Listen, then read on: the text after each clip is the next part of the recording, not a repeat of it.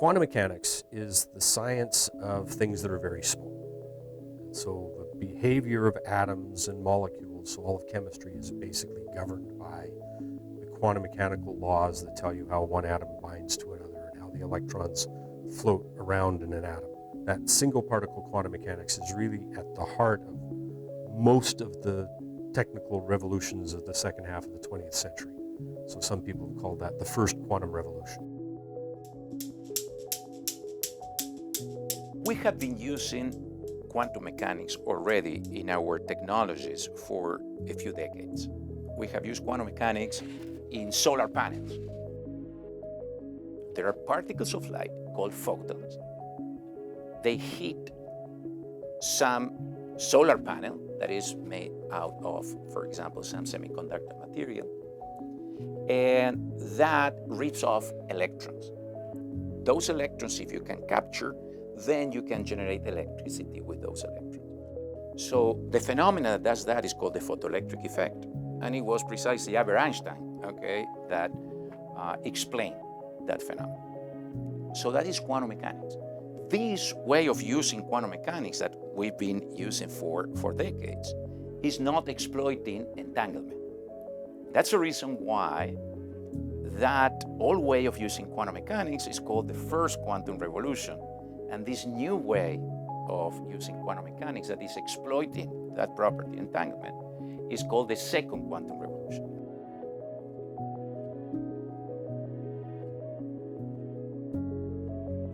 That entanglement property leads to a lot of interesting phenomena that we don't completely understand. And so we're hoping to shed new light into that. And that's one of the things we're exploring. And through that and some of the other activities that were going on here at IU Bloomington, we decided to found the Quantum Science and Engineering Center.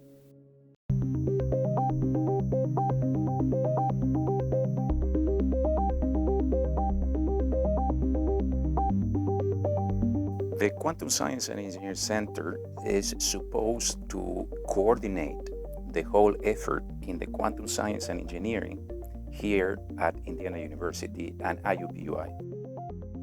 Essentially, is some sort of center for ideas and technology that includes people from a whole variety of departments. The story here begins almost 100 years ago. This is the realization that very small objects and very cold objects, think atoms, electrons, nuclei, they obey a set of laws that we call quantum mechanics, which looks nothing at all like the laws that we can easily observe in our everyday world. Whenever there are new laws of nature that we discover, we can harness them to build some new technology if we understand what those new rules are. And so making use of those fundamentally different properties that atoms and small objects are governed by allows us to compute and to solve very challenging mathematical, scientific problems in a new way that is unavailable to us using classical computers.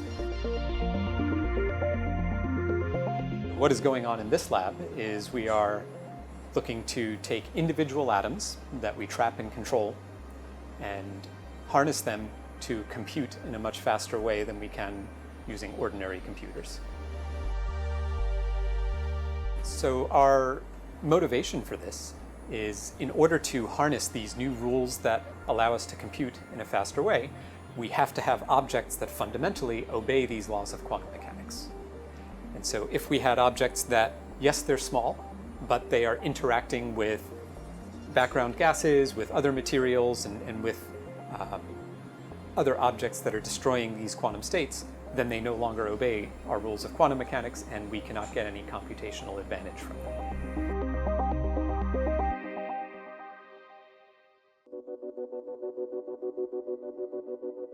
So there's a large number of new technologies and phenomena out there for us to explore. Just from a large framework perspective, I would say that any place which is computationally intensive that would have big quantum applications. So the first one is AI, and anytime you want to do simulations, to help improve your artificial intelligence, that is obviously one big application. The other thing that is also happening from businesses' perspective is there is so many, more and more processes are becoming autonomous. With the sensor-based society, we have so many sensors in our cars, in our homes. So all of those sensors, the data that you're collecting, how do you process the data, that becomes a really high-intensive environment. So from my perspective, what really excites are the vast possibilities of things that you could not do without the support of quantum. Like with the support of quantum, there are huge opportunities in these different industries.